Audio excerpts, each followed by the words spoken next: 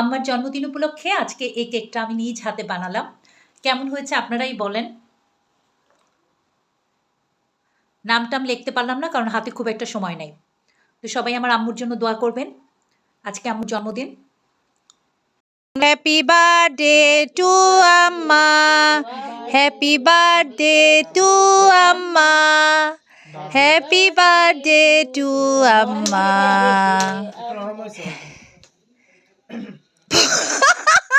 প্রতিবার তো শক্ত হয়, এবার নরম হয়েছে।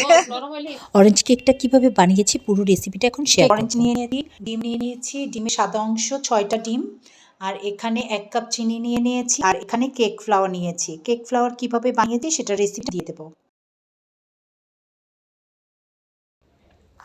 এবার আমি ভালো মতো সাদা অংশটা বিট করে নিচ্ছি আর অল্প অল্প করে চিনিগুলো দিয়ে দিচ্ছি। এখানে আমি 1 কাপ চিনি নিয়েছি। এবার একটু অরেঞ্জ ইমালশন দিয়ে দিলাম এবং ডিমের কুসুমগুলো দিয়ে দিলাম। ডিমের কুসুমগুলো দিয়ে ভালোভাবে বিট করে নিচ্ছি। আমার বিট করা শেষ। এবার আরও একটু অরেঞ্জ ইমালশন দিয়ে দিলাম এবং একটু ফুড কালার দিয়ে দিলাম। এই ফুড কালারটা দিলে অরেঞ্জ কালারটা আসবে। ফুড কালারটা আপনারা অনুমান করে দেবেন, যতটুকু দেওয়া লাগে ততটুকু দেবেন। এই দেখুন কালারটা কত সুন্দর হয়েছে। এবার আমি আস্তে আস্তে কেক ফ্লাওয়ারটা মিশিয়ে নিচ্ছি। সব একবারে দেবেন না, আস্তে আস্তে অল্প করে মিশিয়ে নেবেন। এবং আমি এবার 1/2 কাপ দুধ দিয়ে দিলাম। ব্যাস, আমি এখন এটা মোল্ডে ঢুকিয়ে ওভেনে বেক করতে দিলাম। 50 মিনিট বেক করেছি। এবার আমি হুইপ ক্রিমটা রেডি করছি। এবার আমি চকলেট গানাশ রেডি করছি। 1 কাপ হোয়াইট চকলেটের মধ্যে 1/2 কাপ হুইপ ক্রিম দিয়ে দিলাম।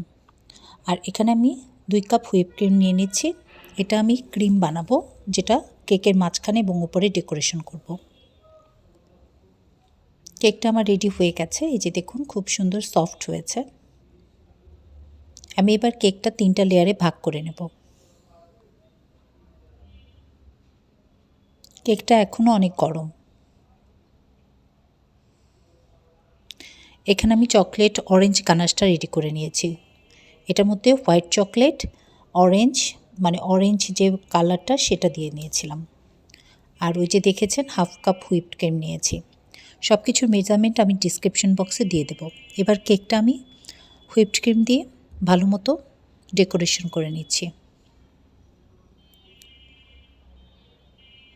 তবে তার আগে আমি কিন্তু একটু সিরাপ দিয়ে নিয়েছি, সেটা হয়তো ভিডিওতে আসেনি। আর এটা আমি এখানে অরেঞ্জ ইমালশনটা দিয়ে নিচ্ছি। ইমালশন না, সরি, অরেঞ্জ গানাশ যেটা রেডি করেছি সেটা দিয়ে নিচ্ছি। কিভাবে আমি অরেঞ্জ গানাশ রেডি করেছি, মেজারমেন্টটা কেমন ছিল সব কিছু আমি ডিসক্রিপশন বক্সে দিয়ে দেব। আর এখানে আমি সুগার সিরাপটা দিয়ে দিলাম। সুগার সিরাপটাও আমি ডিসক্রিপশন বক্সে দিয়ে দেব কীভাবে রেডি করেছে। সুগার সিরাপ দিয়ে তার উপরে ক্রিম দিয়ে তার উপরে আমি অরেঞ্জ গানাশটা দিয়ে দিচ্ছি। প্রত্যেকটা লেয়ারে এভাবে দিয়ে নিতে হবে।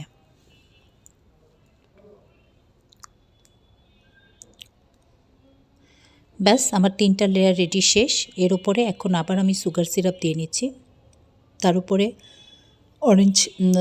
তার উপরে আমি হুইপড ক্রিম দিয়ে নিচ্ছি। তার উপরে অরেঞ্জ গানাশ রেডি নিচ্ছি। আমি প্রত্যেকটার পরিমাণ সুন্দরভাবে দিয়ে দিব। এটা কিন্তু 2 পাউন্ডের একটা কেক।